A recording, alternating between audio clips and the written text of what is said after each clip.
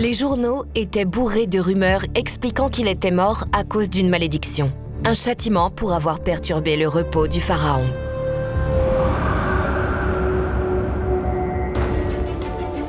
Le tombeau a été découvert au moment où la photographie, le cinéma et la publicité étaient en plein essor. Toutankhamon est devenu une attraction moderne. Il y avait tous ces gens qui se disputaient pour entrer, mais aussi la presse. C'était un vrai cirque médiatique. Tout le monde était là, à encercler le tombeau comme des vautours.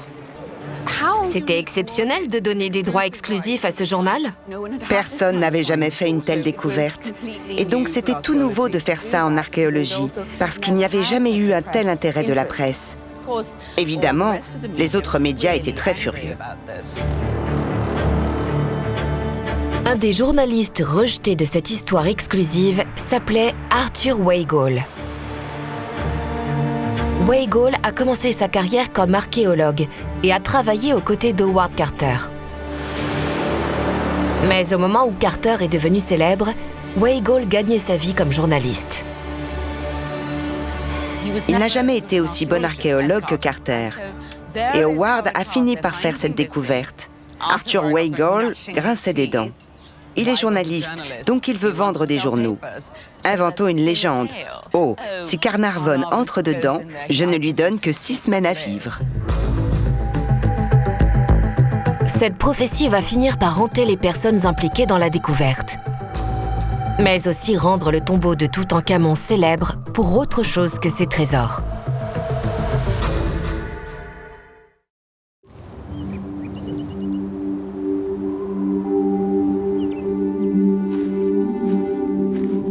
Au fin fond du sud de l'Angleterre se trouve Beacon Hill. Elle surplombe le château de Highclere, propriété de Carnarvon. En février 1923, Carnarvon a participé à l'ouverture de la chambre funéraire de Toutankhamon. Le journaliste Arthur Weigall a entendu Carnarvon faire une blague au moment d'entrer. Weigall a annoncé que Carnarvon n'avait plus que 6 semaines à vivre.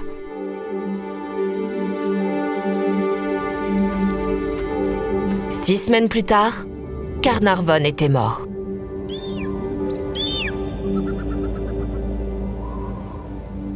Il est mort dans la matinée du 5 avril 1923 à l'hôtel Grand Continental du Caire. Il est mort d'une pneumonie et d'une septicémie provoquée par une piqûre de moustique infectée.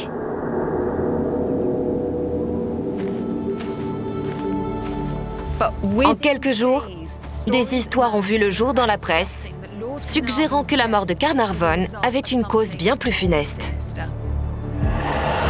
Les journaux étaient bourrés de rumeurs expliquant qu'il était mort à cause d'une malédiction. Un châtiment pour avoir perturbé le repos du pharaon. Et la presse a rapidement eu une nouvelle histoire à raconter. George Jay Gould a fait fortune grâce au chemin de fer et venait d'une des familles les plus riches d'Amérique.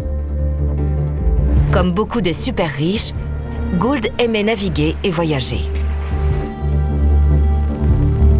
En 1923, il était en Égypte. Comme des dizaines de riches touristes, il a visité le site le plus sensationnel du pays. Ici, avec d'autres personnes importantes, il a pu entrer et visiter le tombeau de Toutankhamon. Il a rapidement attrapé la fièvre. 1 mois plus tard, il était mort. Précisément 6 semaines après Carnarvon.